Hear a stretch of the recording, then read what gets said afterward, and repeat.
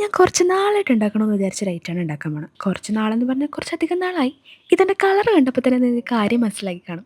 നമ്മുടെ ബേസിൽ ജോസഫ് ഇൻ്റർവ്യൂവിൽ പറഞ്ഞ അതേ പ്രോൺസ് നിറവാണ്. അപ്പം നമുക്ക് സിമ്പിളായിട്ട് ഉണ്ടാക്കാം. റെസിപ്പി നോക്കിയാലോ? ഈ പ്രോൺസ് നിറവാണ് ഉണ്ടാക്കാനായിട്ട് നമുക്ക് വലിയ പ്രോൺസാണ് വേണ്ടത്. പക്ഷേ എൻ്റെ അടുത്ത് വലിയ പ്രോൺസ് ഇല്ലാത്തതുകൊണ്ട് ഞാൻ ചെറിയ പ്രോൺസ് വെച്ചാണ് ഉണ്ടാക്കുന്നത്. നിങ്ങൾ കുറച്ച് വലിയ പ്രോൺസ് വെച്ചുണ്ടാക്കുകയാണെങ്കിൽ കുറച്ചുകൂടെ ടേസ്റ്റി ആയിരിക്കും കേട്ടോ. അപ്പോൾ ഫസ്റ്റ് ഒരു മിക്സിയുടെ ജാറിലേക്ക് കുറച്ച് മല്ലിയില, 2 തണ്ട് കറിവേപ്പില, 2 കഷ്ണം പച്ചമുളക്, കുറച്ച് ഇഞ്ചി, കുറച്ച് വെളുത്തുള്ളി കൂടെ ചേർത്ത് കൊടുക്കാം. ഇനി ഇതിലേക്ക് കുറച്ച് കുരുമുളക് കൂടെ ചേർത്ത് കൊടുക്കാം. നിങ്ങളുടെ എരിവിനനുസരിച്ച് എത്ര വേണമെങ്കിലും ചേർക്കാം കേട്ടോ. ഇനി കുറച്ച് പച്ച വെളിച്ചെണ്ണ കൂടെ ചേർത്ത് കൊടുക്കാം. ഇനി ഇതിലേക്ക് ആവശ്യമായ പൊടികൾ ചേർത്ത് കൊടുക്കാം കേട്ടോ. കുറച്ച് മഞ്ഞൾപ്പൊടി, കുറച്ച് ഗരം മസാല, കുറച്ച് മുളക് പൊടി, ആവശ്യത്തിന് ഉപ്പ്. ഇനി ഇതിലേക്ക് കുറച്ച് വിനാഗിരി കൂടെ ചേർത്ത് കൊടുക്കാം.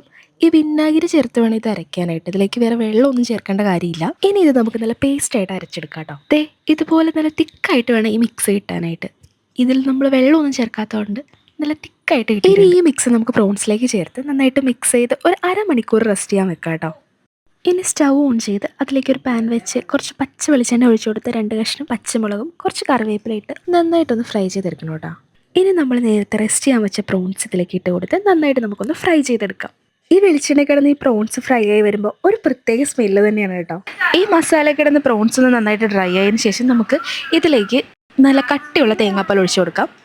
ഇനി ലാസ്റ്റായിട്ട് ഇതിൻ്റെ ടേസ്റ്റ് ഒന്ന് ബാലൻസ് ചെയ്യാൻ വേണ്ടിയിട്ട് ഒരു തുള്ളി പഞ്ചസാര കൂടെ ഇതിലേക്ക് ചേർത്ത് കൊടുക്കാം.